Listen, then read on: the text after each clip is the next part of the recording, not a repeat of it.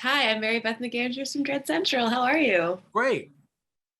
So excited to chat with you today. So my first question is pretty basic. Why Resident Evil? Why did you want to make this a series?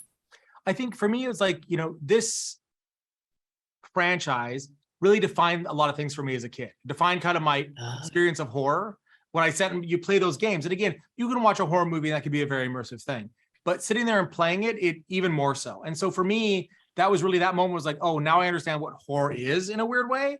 And then the movies did a really, they were one of the first movies, you see it all the time now, but I think they're really underrated in their ability to kind of combine genres in a Yeah. way that at the time was surprising. You know what I mean? A horror movie was a Oh, horror yeah. movie. It was not an action movie, it was an action movie. They kind of shuffled the cards together. So in two ways, I thought this franchise had been kind of, really pop culture defining. And it's like, okay, well, if the opportunity to do this on television, which is now what a lot of pop culture is streaming and television, how would you do it in a way that both honors what's come before, but, hopefully does your own thing in an entertaining way, but one that feels of a piece with everything else? Amazing. Yeah. So, what was that like developing these characters for the show and trying to figure out where they work in this universe that is both familiar to Resident Evil fans, but also accessible to those who haven't really engaged with the franchise before? I think when we're looking at creating the characters, we were like, okay, we're going to see this world through the eyes of some new characters for a couple of reasons.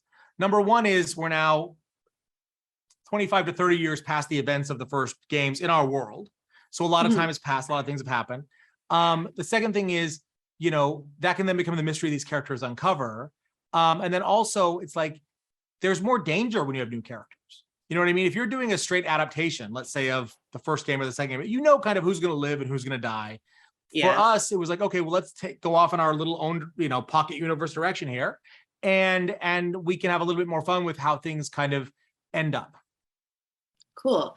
And so, what do you think is one of the scariest monsters to you in the Resident Evil world in the show, games, movies, whatever? Which one has had the biggest impact on you? The one that I think had a big impact is actually when we don't get to explore in the first season, but I are hopefully in success, we'll do it later, is the Ouroboros monster, because it was such an odd monster for, it's like, okay, zombies, we understand, right? Yeah. Hybrid creatures, okay, we kind of get that. And then this crazy thing comes out of nowhere, and you're like, oh my God, like you didn't think it could go there. And that's the fun thing about Resident Evil is like, it can get crazy. You know what I mean? Like the T virus gets into anything and you got a problem.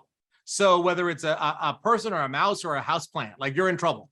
And so the fact that they're able to broaden things out in that way was really kind of, you're like, again, it's like eye-opening. And the show, we hope to get, in success, hope to get crazier.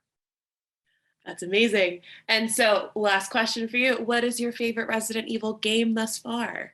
I liked Village a lot, and I think they did an amazing job of kind of, that's what's been great about what Capcom has done is like they reinvent the franchise every game or two games, but it all still feels like Resident Evil. But for me, the defining game was Resident Evil 3. Like that's the first one I played. Perfect. Thank you so much for taking the time to chat with me today, Andrew. I really appreciate it. Awesome. Thank you so much.